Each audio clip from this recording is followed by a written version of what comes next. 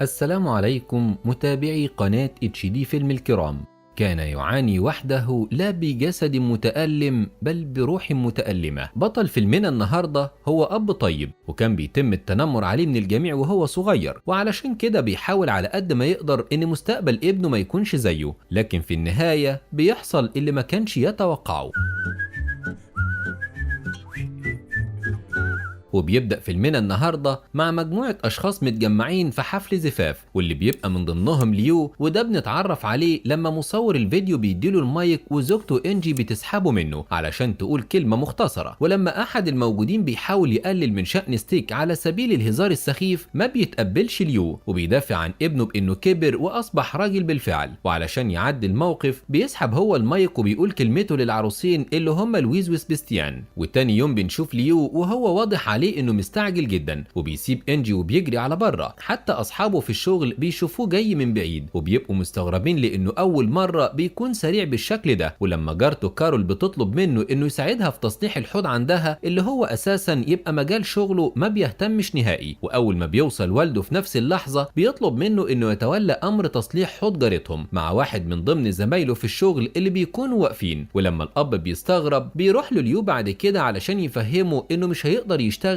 ويفوت ميعاد مباراة التصفية بلعبة كرة السلة الخاصة بابنه ستيك. وبنفهم ان ليو كان مستعجل جدا علشان يلحق يشارك ابنه فرحته، على الرغم يعني انه لسه ما فازش، لكنه بيكون عنده ثقة كبيرة ومتأكد من فوزه. ولما بتروح انجي معاه ما بتكونش قادرة تمشي بسرعة زيه، وبتلاحظ ان العامل هناك بيقول لليو انه حجز نفس الكرسي بتاع كل مرة. واول ما بيدخل للملعب بيرحب بيه الجميع وبيفضلوا يهتفوا باسم لقب العيلة وبيبصوا له. وهنا استغراب انجي بيزيد اكتر، لكنه بيعرفها انه متعود ما يفوتش اي مباراة لستيك مهما حصل. وبنشوف تشجيعهم هما الاتنين مع بعض لستيك، وما بين لحظات التسديدات اللي بيقدر يسددها ستيك وبين اللي ما بيقدرش يسددها بنلاحظ المشاعر والحب المتفاوت اللي بيكنوا ليو وانجي لابنهم. وبنفهم من خلاله ان مهما كانت تصرفات ليو او انجي في التعبير عن حبهم لستيك، الا ان كل واحد فيهم بيحبه بطريقته الخاصة، والاتنين بيكونوا متفقين في فرحتهم بالفوز او حزنهم بالخسارة. وبعد انتهاء الجولة بيروحوا يشتروا سناك ليهم، ولما بتقابل انجي جارتهم هناك بتتنمر عليها علشان كبر السن اللي بان فجأة بسبب عدم اهتمامها بنفسها، فبتسيبهم انجي وبتروح للحمام. وبيجي اب من ضمن المشجعين وبيهزر مع ليو على طريقة الاكل اللي بتخلي ابنه ماهر في اللعب، فبيقول له ليو ان والدته هي اللي بتاكله. لكن الغريب ان الاب بينكر كلامه وبيقول له ان هو اللي بياكله والكل عارف. وفي الوقت ده بتكون انجي مصدومة لما بتعرف من ماسيو صديق ستيك ان ستيك ارتبط بدانيلا، وبتحس لأول مرة ان ابنها كبر، وفعلا هي كبرت واتقدمت في السن معاه. واثناء لهفة ليو اللي بتكون باينة على عينه في اخر تسديدة لستيك اللي بيبقى واثق تماما من انها هتكون في مكانها الصح، بيتصدم لما ما بيتمش تسديدها للاسف، وبيخسر فريق ستيك على اخر لحظة وسط صوت السكوت في المباراة. فانجي بتحاول تعدي الموقف وبتسقف لابنها، وباقي المدرج بيعمل زيها، لكن بيبقى ليو واقف متجمد في مكانه لانه بيكون حاسس بمشاعر ابنه في الوقت ده. وبنشوفهم بعد المباراة وهم واقفين مستنيين ستيك، لكنه بيفاجئهم انه هيوصل دانيلا حبيبته. ولما بيشوفوا العلاقة اللي هم فيها بتقرر الام انها تعزمها على العشاء معاهم علشان تحافظ على وجود ابنها دايما. وبيبقى واضح على تعبير ملامح الام انها مش طايقاها فعلا. وقبل ما بيخرجوا من الملعب ويركبوا عربيتهم بيقابلوا كيف اللي بتكون وظيفته هي متعهد اللاعبين الناشئين، وبيقترح عليهم انضمام ستيك لفريقه مقابل منحة دراسية مجانية في جامعة مشهورة ومكافأة $100,000، بس ده هيحصل في حالة الفوز فقط. وتاني يوم اللي بيبقى يوم الحد، وده بيكون يوم مخصص عندهم لتجمع العيلة كلها، وعلشان كده بتبقى انجي عزمت دانيلا على العشاء فيه. وبنشوف ليو وهو بيناقش المنحة المقدمة لستيك ابنه، وبيبدأ الجميع يشك في مصداقية متعهد اللاعبين كيف. وفي الوقت ده بيكون ستيك مع دانيلا في العربية وفي طريقهم للبيت، وبيبقى واضح على دانيلا التحمس والاستغراب، وبتوضح له انها اول مرة تكون في تجمع عائلي بدون مناسبة زي عيد او فرح مثلا، وبتعرفه مدى توترها، وبتتفق معاه انه يخبطها في رجليها لو اتكلمت بغباء قصاد اهله لانها عفوية زيادة عن اللزوم. وبنشوفهم وهم متجمعين فعلا على العشاء، ودانيلا بتبقى من ضمن التجمع، وبيبداوا يتكلموا عن احلامها مع ستيك ويعرفوا قراراتها في حياتها اللي جاية وطموحها هيوصلها لفين. وبيلاحظوا ان سقف طموحها ملوش حدود لما بتعرفهم انه قبل ما تقرر وظيفتها هتبقى ايه لازم تجرب كل اللي يخطر على بالها، لانها مش هتقدر تحكم على حبها لوظيفة معينة حانا من غير ما تجرب غيرها، ولما بيتناقشوا قدامها في تخوفهم من ان ستيك يسيب فريقه ويروح للفريق التاني وفي الاخر ممكن يضحكوا عليه وما ياخدش اي فلوس، بترد دانيلا على الجد بمنتهى العفويه وبتقول له ان اللي بيحصل ده مجرد غباء. فطبعا ستيك بيضربها في رجليها، لكنها في اسرع وقت بتصلح الموقف وبتشرح وجهه نظرها وبتقول للجد انه لازم يجرب الاول قبل ما يحكم، والتجربه مش هتخسرهم اي شيء لان لو مفيش مغامره مش هيحسوا بطعم الانتصار، وان المشي دايما في نفس الطريق مش بيقدم، وعلشان كده لازم يجي وقت ونغير المسار. وبيعجب الجد وجميع الموجودين بآرائها، على عكس انجي اللي بتتعامل زي اي ام عندها ولد وحيد وبتبقى حاسه انها خطفته منها. وتاني يوم بنشوفهم رايحين للمدرسه اللي هيكون فيها ستيك، ولما بيقابلهم المدير المسؤول بيعرفهم ان المدرسه لسه جديده وصغيره ولكن هم مهتمين فيها جدا بلعبه كره السله. وفعلا لما بيدخلوا للملعب ليو بينبهر من جماله وحجمه الضخم اللي ما كانش متوقعه نهائي، وبيبقى باين على نظراته لهفته وهو بيشوف ابنه بيفوز فيه. واول ما بيخرجوا بيروح ستيك لدانيلا في مكان شغلها وبنعرف انها بتشتغل نادله في حانه، وبيقول لها انه كتب حاجه ليها بتعبر عن مشاعره وهي شبه قصيده صغيره، ولما بيقولها لها بتكون فيها معاني جميله عن انه بيحبها وبيوصفها بالحب الاول في حياته، وبيبقى باين على دانيلا نظره الاعجاب باللي بيقوله. في نفس الوقت ده بيبقى ليو بيقفل كرفان الشغل اللي فيه كل الادوات الخاصه بيهم، وبتيجي جارتهم كارول وبتشكره على وجوده واخلاصه في الشغل، وبتعرفه ان بعد جوزها ما مات مجرد وجود الكرفان بتاعهم بيحسسها بالامان، وبتلمس وشه اللي بيكون في جروح من الشغل. وبعدها بيروح ليو على البيت وبيتفاجئ ان ستيك راجع مهزوم من دانيلا، وبيعرفهم انها انفصلت عنه لما عبر لها عن حبه في قصيده، وبتبقى الام مستغربه انه بيألف قصايد شعر اساسا لان عمره ما لفت نظرهم لشيء زي ده، والاب بيحاول يواسيه وبيقول له ان في حاجات كتير وراهم اهم من الحب الفتره دي. واليوم اللي بعده بنعرف ان في ادوات اتسرقت من الكرفان بسبب ان ليو كان مركز مع كارول ومهتمش يقفل الباب كويس، وبيفضل الجد يوبخه بسبب عدم تركيزه اللي ممكن يضيع مستقبل شركتهم. وبتمر الايام على ستيك وهو حزين من غير دانيلا على عكسها اللي بتكون عايشه حياتها بصوره طبيعيه جدا. ولما بيحس ليو ان ستيك ممكن يدمر مستقبله بايده بيتكلم معاه في اوضته وبيعرفه انه حاسس بيه، لكن ستيك بينفعل عليه وبيقول له انه مش حاسس بيه لانه ارتبط واتجوز من نفس الشخص وما مرش بتجربته وبيسيبه وبيمشي. وبعدها بنشوف ليو وهو قدام التلفزيون وبيراجع شريط الفيديو الخاص بابنه في المباراه، وبيكتشف انه كان بياخد الحافز من وجود دانيلا في حياته، وفي الوقت ده بيقرر انه يروح يقابلها في مكان شغلها، وفعلا بيخرجوا مع بعض وبيطلب منها انها تستمر في علاقتها بستيك لغايه ما يعدي المباراه، وبيعرض عليها مقابل مالي فبترفض دانيلا وبتعرفه انها انفصلت عن ستيك لانهم لسه صغيرين وما ينفعش يرتبطوا في وقت زي ده، وهي مقرره انها تسافر اول ما تخلص الدراسه، ولو كانت استمرت معاه كانت هتأذيه اكتر. وبتكمل وبتقول له انها مش ماديه ومش متقبله فكره المقابل المادي، فبيعتذر لها ليو بيعرفها انها فهمت غلط وبيترجاها تقف جنب ابنه علشان بس يفوز في حلم عمره لانه مازال صغير ومش عارف مصلحته. فبيصعب على دانيلا وبتوافق على طلبه، والتاني يوم على طول بنشوف ستيك وهو في قمه سعادته مع دانيلا، حتى العيله كلها بتلاحظ انه سعيد ورجع يباشر حياته من تاني، وبيبقى ده السر اللي مخبيه ليو عن الجميع. وبتبدا تمر الايام من تاني على عيله ليو وبنشوف الامور ماشيه بشكل طبيعي جدا، لكن بتكون واقفه عند دانيلا لانها مش حاسه بسعاده باللي بتعمله، وبتروح لانجي اللي بتكون عند الطبيب علشان تتابع تاريخ مرضها. والصدمه لما بنعرف انها كانت مريضه بسرطان الثدي، ولكن بيطمنها الدكتور انه مجرد تجمع دموي، لكنها بتنفعل عليه وبتطلب انه يعمل اشعه بالموجات فوق الصوتيه. وبعدها بتخرج وبتعرفها اختها كلين انه مجرد تجمع دموي، وبيروحوا هما الاتنين يقعدوا في مطعم. بس الصدمه لما بتشوف دانيلا مع شخص تاني غير ستيك ابنها، فبتتصل بليو بتهدده انها هتضرب دانيلا بسبب انها هتكسر قلب ستيك، وبيحاول ليو انه يقنعها ما تعرفش ستيك اي حاجه لو فعلا بتحبه من قلبها، وبيفضل انه ما يحكيش عن الاتفاق اللي اتفقوا مع دانيلا، وبتقتنع فعلا انجي. وبنشوفهم تاني يوم وهم كلهم في العربيه مع بعض ورايحين للمدرسه اللي هيشترك فيها ستيك ويتدرب على كره السله في ملعبها، وبيبقى واضح على انجي انها مش متقبله اي رد فعل من دانيلا. ولما بينزلوا من العربيه انجي بتعرف ليو انها ام سيئه جدا وانانيه لانها لما شافت حبيبه ابنها بتخونه فرحت ان العلاقه مش هتكمل، وبكده هو هيقعد معاها فتره اطول. وبتبدا تنهار من العياط علشان هي خايفه تكون وحيده في ايام مرضها، وعلى الرغم من ان الطبيب طمنها انه مفيش بوادر لرجوع المرض مره تانيه وليو بيأكد لها نفس الكلام، الا انها بتبقى ما زالت قلقانه وحاسه انها هتكون وحيده. وبنشوف وبنشوف اليوم الاخير في علاقة دانيلا وستيك، وبنفهم ده لما بتروح تقول لليو ان مهلة العلاقة خلصت وهي مش هتقدر تكمل في تمثيليتها اكتر من كده، لكنه بيترجاها انها تستمر لمدة اسبوع كمان علشان على الاقل يتباهى بعلاقته بيها قدام زمايله الجداد. بس بيقطع كلامهم ستيك وبياخدها علشان يوصلها، لكن اثناء الطريق بنشوف نفاذ صبر دانيلا وهي مع ستيك، وبتقفل باب العربية علشان ما يعرفش يتكلم معاها، لكنها بتفتحه مرة تانية وبتنهار وهي بتكلمه، وبيبقى واضح عليها التردد الزايد في انها تعرفه السبب الاساسي في انفصالهم. ولما بتيجي تمشي وبتسيبه بيصرخ علشان تقف وتفهمه السبب الحقيقي، وفعلا بترجع عن قرار انها تمشي، وبتقول له كلمات مش متصلة ببعضها، لكن اللي بيستنتجوا ان والده راح لها البيت، فبيرجع ستيك لعيلته من تاني وبيعرفهم انهم انفصلوا عن بعض من غير ما تقول له السبب. وبيسأل والده لو راح لها بيتها، فللاسف ما بيعرفش ليو يكذب بشكل كامل، وبيبان عليه التردد وهو بيقول له لا، بس الجد بيعرف ان ابنه ليو بيكذب وبيلح عليه انه يقول الحقيقة. وفي وسط الحاح كتير من كل الموجودين وتوتر ليو الشديد، بينهار بالاعتراف اخيرا، وبيقول انه عمل كده علشان مصلحة ابنه اللي هو مش حاسس بيها دلوقتي، وانها بنت كويسة لانها ما قبلتش تاخد فلوس. والكل في الوقت ده بيتصدم جدا منه، لانه اهان ابنه لما عرض على دانيلا فلوس مقابل انها تحسسه بحبها ليه. حتى الجد بيبدأ يوبخ ليو، فبيدافع ليو عن نفسه وبيعرفه انه عمل كده علشان ستيك ما يضلش مستقبله ويمشي ورا قطيع العيلة ويشتغل عند الجد في الاخر. ولما انجي بتعاتبه انه دمر مشاعر ابنه، بيفشي سرها وبيقول ان هي كمان ما كانتش حباه ينجح علشان ما يبعدش عنها، فبتنفعل عليه وبترمي عليه الاكل، وبتيجي والدتها تبص له بنظرة استحقار وبتاخدها هي واختها وبيمشوا. وبنشوف ليو وهو حزين وحاسس بانه دمر عيلته كلها بكلامه وافعاله، وبعد ما كان الابن اللي والده بيتباهى بيه وسط العيلة والزوج المخلص والاب المضحي، بقى عبارة عن كتلة انانية متحركة وما بيهمهاش غير اللي هي عايزة توصل له بس. واثناء ما بيكون واقف قريب من مكان شغله، بتحس كارول بوجوده وبتخرج تتكلم معاه وبتدعوه عندها للبيت، وبيحكي لها كل التفاصيل اللي حصلت. وبتبقى كارول بتحاول تتقرب منه، لكنه بيعرفها انه مش هيقدر يقرب منها ولو سنتي واحد، وده بسبب انه مازال مخلص لزوجته. وبيسيبها وبيجري وبيروح على البيت، وبيعتذر لابنه على انانيته وانه كان مصمم يكمل حلمه فيه ونسي ان ليه خصوصية وطموحات خاصة. وبيعرفه انه ما اتجرحش فعلا قبل كده، لكنه اخيرا حس يعني ايه يحافظ على حبه الاول لما بسوء فعل منه كان ممكن يخسره بعد ما بقى حبه وعشرة سنين طويلة. فبيعرفه ستيك انه مش هيدخل للمدرسة اللي هو عايزها وهيكمل في مدرسته هو، ومن غير اي مجادلة بيوافق الاب. وبنشوف بعدها ستيك وهو بيعتذر لدانيلا عن فعل والده معاها، وانها اضطرت تورط نفسها في حاجة مش عايزاها، وبيعرفها انها ساعدته انه يعرف يختار طريقه صح لانه مش هيكمل في الطريق اللي والده اختاره ليه. وبيفهم منها ان ميعاد سفرها باقي عليه اسبوعين، ولما بيسألها اذا كانت خايفة ولا لا، بتعرفه ان اي انجاز الانسان بيحققه لازم يحس فيه بالخوف. وبنروح لليو وانجي اللي بيكونوا في طريقهم لعنوان ستيك قال لهم عليه، ولما بيروحوا بيتفاجئوا ان المقدم بيقدمه للجمهور عن انه شاعر. وهنا الام والاب بيستغربوا جدا وبيبقوا قلقانين انه يخذلهم ويتحرج قصاد الجميع، لكنه بيفاجئهم بمهارته في الكتابة، وبتبقى اول قصيدة يقولها في العلن بيشرح فيها المواقف اللي حصلت معاه. وبينتهي فيلمنا واحنا لاول مرة بنشوف ليو وهو فخور بحلم ابنه اللي بيتحقق مش حلمه هو اللي كان بيفرضه عليه. واخيرا بنعرف ان زرع الطموح والثقة بالنفس في الاطفال بيطرح تحقيق الانجازات، ولكن ما ننساش ان سقيا الزرع ما يكونش فيه فرط الطموح بالغضب او تحديد الانجاز اللي بنحلم نحققه. وبكده بينتهي فيلمنا النهارده. ما تنساش تدعمنا بلايك وتكتب لنا رأيك في كومنت علشان توصل لك كل ملخصات HD فيلم.